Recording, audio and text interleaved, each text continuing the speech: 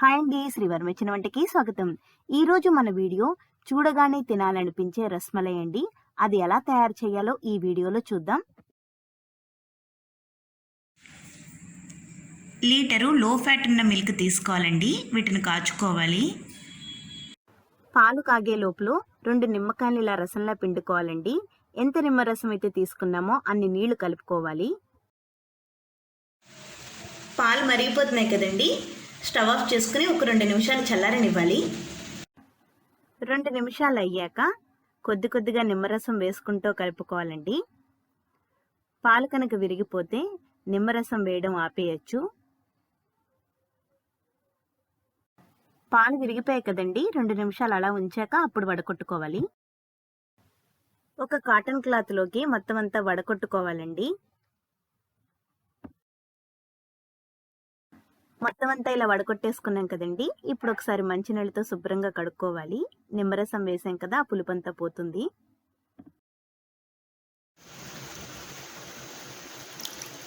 ఒకసారి మంచినీళ్ళతో శుభ్రంగా కడిగేసుకోవాలండి. ఇలా మంచినీళ్ళతో కడిగేశాక మూట కట్టేసి 15 నుంచి 20 నిమిషాలు మాత్రం అలా వదిలేయాలండి. నీళ్లు గట్టిగా పిండేస్తే 15 నిమిషాలు సరిపోతుందండి. లేకపోతే అరగంట అలాగే వదిలేయాలి. మొత్తం నీళ్ళన్నీ బయటకు వచ్చేయాలి. ఇప్పుడు మనం పంచదార పాకం రెడీ చేస్తున్నామండి. 2 కప్పుల పంచదారకి 6 కప్పులు నీళ్లు తీసుకోవాలి.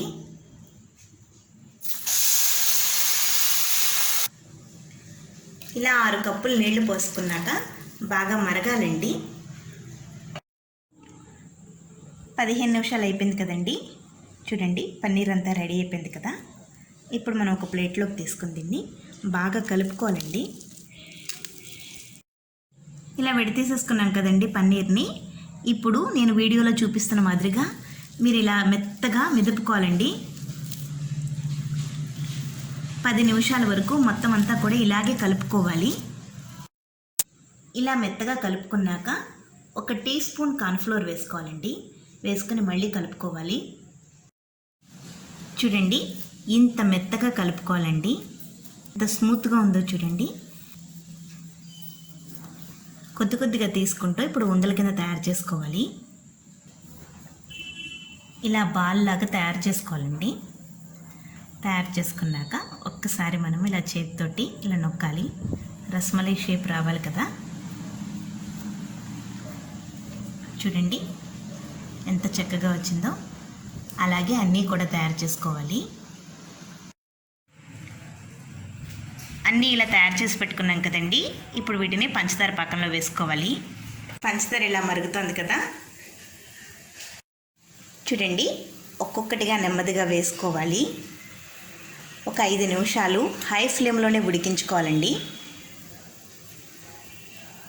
చూడండి ఎంత చక్కగా పొంగాయో. ఏవి కూడా విరిగిపోలేదు కదా. ఇప్పుడు ఒక్కొక్కటిగా మనం వీటిని తిరగేసుకోవాలి. ఒక్కొక్కటిగా నెమ్మదిగా తిరగేసుకోవాలండి.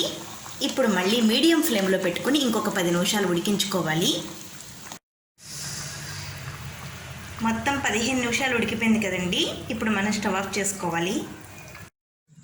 ఒక బేసిన్లోకి కొన్ని ఐస్ క్యూబ్స్ తీసుకోవాలండి. దానిలో సగం రసం అంతా వేసేసుకోవాలండి.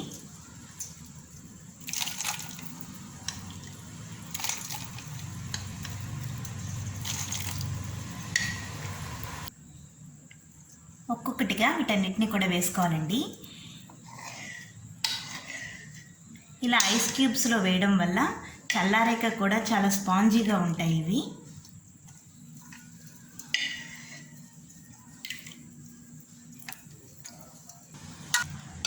ఇలా అన్నీ కూడా వేసేసుకుని చల్లారేంత వరకు ఇలా వదిలేయాలండి.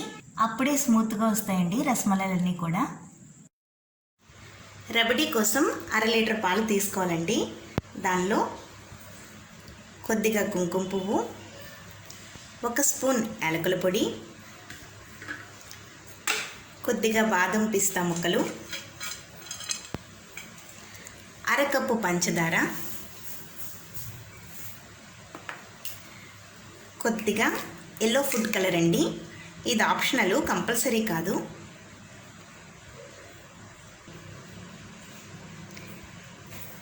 కొద్దిగా సరిపోతుందండి. ఇప్పుడు పాలు బాగా మరిగించుకోవాలి. ఇలా అన్నీ వేసేసుకుని ఒకసారి కలుపుకొని బాగా మరిగించుకోవాలండి. కుంకుమ పువ్వు వేసినప్పుడు మాత్రం మనం ముందు వీడియోలో కాలాజాముల్లో చెప్పుకున్నట్టుగా ఒకసారి టెస్ట్ చేసుకుని మంచిదా కాదా చూసుకుని వేసుకోవాలండి. మరిగిపోతుంది కదండి, ఇప్పుడు మనం స్టవ్ ఆఫ్ చేసుకోవాలి. ఈ రబడీ కొంచెం గోరువెచ్చగా ఉన్నప్పుడే మనం పన్నీర్ బాల్స్ వేసుకోవాలండి. ఒక బౌల్లోకి తీసుకున్నాక సగం ఒక బౌల్లోకి తీసుకుని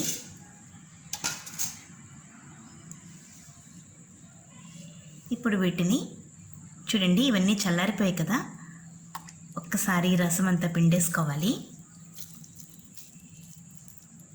పిండేసుకున్నాక ఒక్కొక్కటిగా వీటిలో వేసేసుకోవాలి.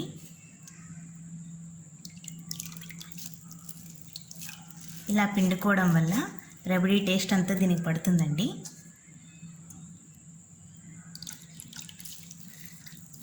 అన్నీ కూడా ఇలాగే తయారు చేసుకోవాలి. చూడండి ఎంత స్పాంజీగా ఉందో. వేసేసుకోవాలండి.